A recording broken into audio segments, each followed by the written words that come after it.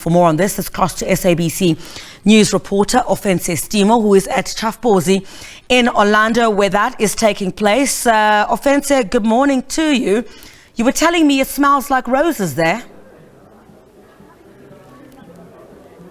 Thank you very much and good morning to you, Criselda. Well, yes, absolutely indeed. As you mentioned, we're coming to you from Chaf Pozi. It is the inaugural Cannabis Festival, and it comes on the backdrop of the 2018 Concord ruling, which ruled that the use, the possession and the cultivation of marijuana for private use is actually not illegal. But I am joined now by one of the organizers, D. Mesh, to actually elaborate a bit further on what actually motivated this particular festival. Thank you so much, D. Mesh, for your time. Can you just tell us what sparked this particular festival to begin?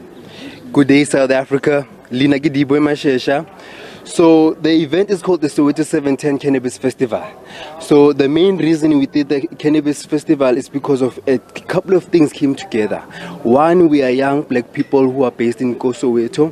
We are a media entity. But at the same time, they also came into collaboration with a gentleman by the name of Brother Khosi.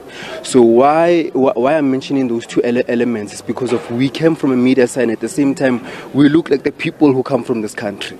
But the other thing is for the legislation is moving towards legalizing, if not, we already have decriminalized the cannabis.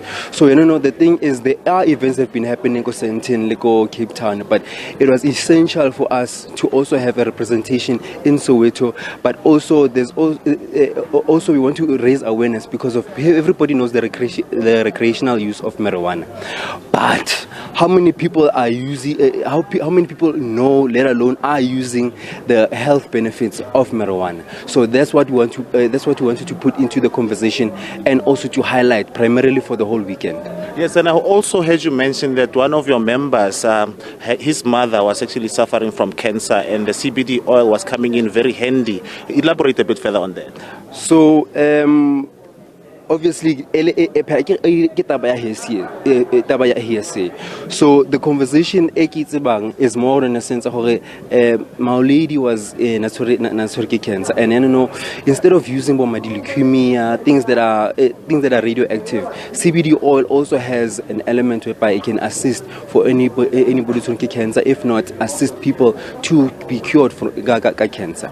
It's very hard for people to believe, Mare. This is why we're doing these type of events, to raise that type of awareness. We have different stalls, we have different people who can bring awareness, if not have who also have products they can assist with problems with cancer, arthritis. Because I remember we did have a Coco Day one such time 2 months ago, whereby we had like close to 100 grandfathers and grandmothers who came to participate with us. But primarily we want to also go to those people, re-educate them, because in their minds they're busy telling their grandchildren, but we also started our own grow club called Matekwana Soweto.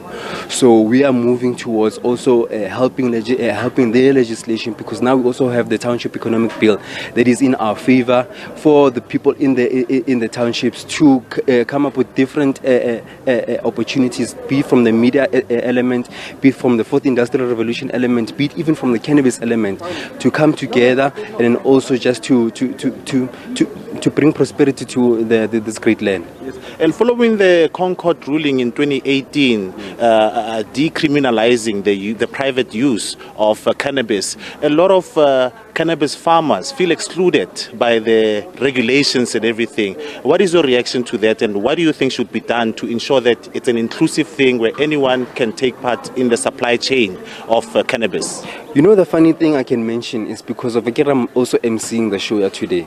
I was even thinking on doing the panel discussion. There are people who come from Soweto who are very staunch, saying, why is your festival called the Cannabis Festival? It's supposed to be called Matekwane Festival. As much as there are people who are white farmers themselves, they're coming to the festival.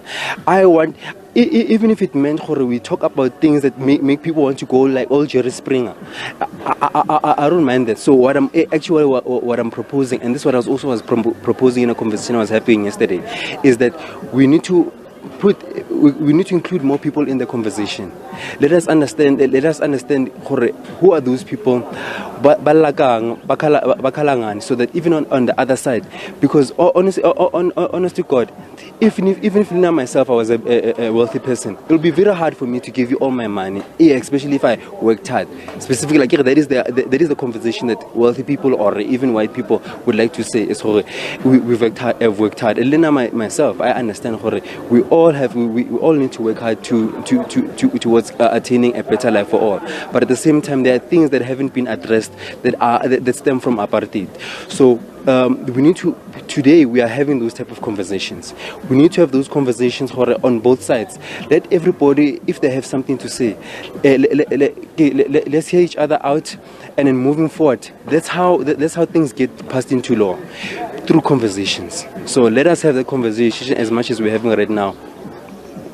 And there's also the issue of underage use of cannabis. As you know, that the ruling excludes children. It's only limited to adults. What should be done if underage children are actually found in possession of cannabis? There was a video where which went viral, where school children were actually smoking weed publicly. Yes, I am. This is an announcement to the children of South Africa. Don't smoke weed if you don't have to. But like honestly speaking, I don't promote the use of the underage use. Even if we go all our marketing material, it does mention this not for sale to anybody or not for use for people under the age of 18. And I feel like one of the best ways we can also assist in that regard is, as I mentioned earlier on, I was speaking about Batabaholo, our grandparents, grandparents and parents to be part of the conversations. Because let's just say hypothetically, I'm 40 or I'm 50, but I don't have to use cannabis right now, be it on a health aspect or be it on a recreational aspect. But we also need to know what are the advantages of it, and what are the proper uses of it, so that even if you're, as much as like things like alcohol or things like sex, I get it. There are also things that also need to. We also need to have a conversation about these things from the household to prevent that from it becoming a pandemic or it becoming a problem or a societal problem, rather put it like that. So I feel like that's when we need to start the conversation about it. As much as starting a conversation about cigarettes, about alcohol, about everything else under the sun, we need to start the conversation about what is cannabis, what are the uses of it. If you want to use it on a recreational level, why do you want to use it on a recreational level? Because there's also a medicinal side of it. Even there's also job opportunities. For example, even there are also cannabis academies that are going to be joining Aska Jeko from Bochiba, PSL. So even there's also an element where you can even go to a tertiary level and educate yourself and be a cultivator yourself. Because we need to go back to the ground. This is a green rush that a lot of people are going into. But us going forward, it needs more inclusion amongst other things. But the inclusion also needs to have robust conversations. So just like any meeting that you have in life, we need to have robust conversations so that all the T's and C's have been rectified. Thank you very much. Well, that's D-Mesh actually saying that a conversation should be had in order to be inclusive, especially following the ruling legitimizing the private use of cannabis. I'm going to try to speak to some of the exhibitors who are actually here. Sir, I see you're from SCAFE.co magazine. That's correct. What role will you be playing at this festival today? Well, at SCAFE magazine, we try to showcase as much as possible in terms of the health aspects, the legalization, cultivation, everything like that, the lifestyle aspects of cannabis and what the uses they are thereof. What we're actually trying to showcase here is basically just bringing the communities together and let them be inclusive and let them accept cannabis into their lifestyles, because it can help them, especially the older generation who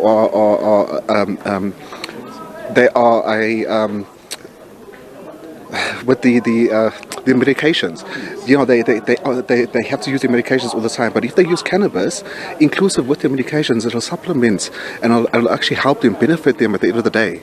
Okay, thank you so much. I'll just quickly grab one last exhibitor quickly here just to find out what exactly is happening. Sir, can you just tell us what you are exhibiting here today? Okay, I'm exhibiting safe edibles that can be enjoyed by everyone. And, yeah. Tell us a bit more about those safe edibles.